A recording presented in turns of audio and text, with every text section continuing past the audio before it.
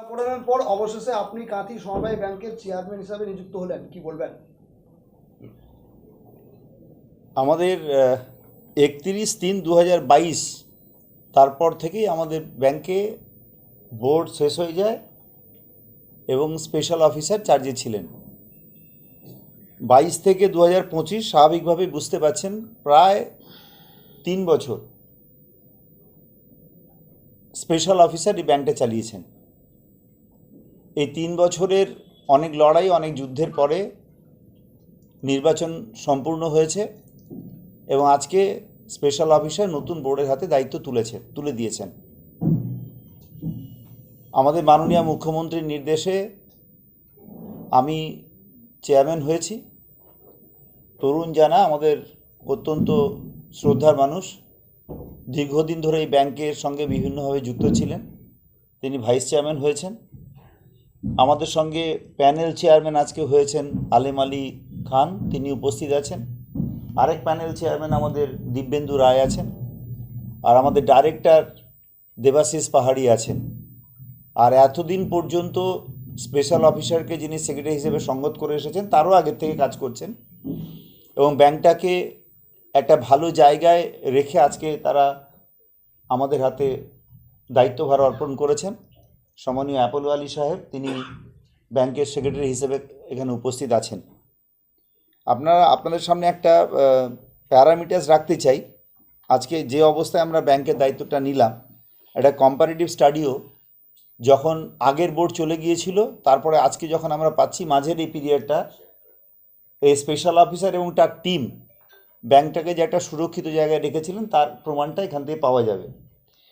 আমাদের যে প্যারামিটার্সগুলোতে ব্যাংকের অ্যাসেসমেন্ট একটা হয়, সেই অ্যাসেসমেন্ট 31/3/2022 ডিপোজিট ছিল 1,311.14 কোটি টাকা। সেটা 31/3/2024 মানে এবছরের ইয়ার এন্ডিং তো 31 হবে, হয়নি, 2 বছর পরে ওইটা দাঁড়িয়েছিল 1,325.12 কোটি। এটা আরও বৃদ্ধি পাবে এই ইয়ার এন্ডিংয়ে। লোনস অ্যান্ড অ্যাডভান্সেস যেটা 22 সালে ছিল 790.99 কোটি, সেটা 2024-এর 31 দাঁড়িয়েছিল 857.74 কোটি। নেটওয়ার্থ যেটা ছিল 170.34 কোটি 22 সালে, সেটা 24 সালে আমাদের গিয়েছিল 209.33 কোটি। ব্যাংকের যে মূল বিষয়টা সেটা হচ্ছে যে এনপিএ যে বিষয়টা দাঁড়ায়, মানে নন পারফর্মিং অ্যাসেট, সেই নন পারফর্মিং অ্যাসেট যেটা ব্যাংকের সবচেয়ে খারাপ দিক যেটা, সেইটা 22 সালে এনপিএটা ছিল 6.12%, সেটা কিন্তু 24 সালে নেমে এসে 4.52% হয়েছিল। তার মানে 5%-এর নিচে এনপিএটাকে তারা নামিয়ে এনেছিলেন, যার ফলস্বরূপ আমরা দুটো পুরস্কার এই ব্যাংক অ্যাওয়ার্ড লাভ করেছে। একটা FCBA award for best credit initiative in medium category banks, আর হচ্ছে ব্যাংকো এক্সিলেন্স অ্যাওয়ার্ড পেয়েছে।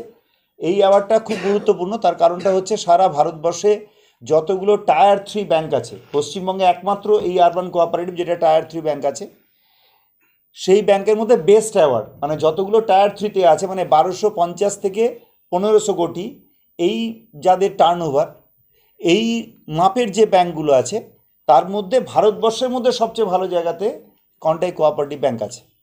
তাহলে কেবলমাত্র পশ্চিমবঙ্গের সর্ববৃহৎ ব্যাংক নয়, পূর্ব ভারতের সর্ববৃহৎ আরবান কোঅপারেটিভ ব্যাংক তাই নয়, সারা ভারতবর্ষের নিরিখে এই টায়ার 3 যতগুলো ব্যাংক আছে তার মধ্যে কন্টাই কোঅপারেটিভ ব্যাংক একটা বেস্ট জায়গাতে আছে, তার জন্য অ্যাওয়ার্ডেড হয়েছে।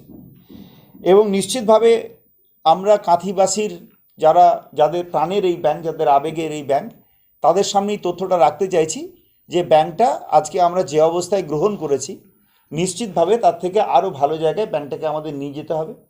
পরিচ্ছন্নতা, ডিজিটালাইজেশন, এই বিষয়গুলোকে সামগ্রিকভাবে একটা ভালো জায়গায় ব্যাংকটাকে নিয়ে যাওয়ার চেষ্টা আমাদের করতে হবে। 82,165 জন শেয়ার হোল্ডার আছেন।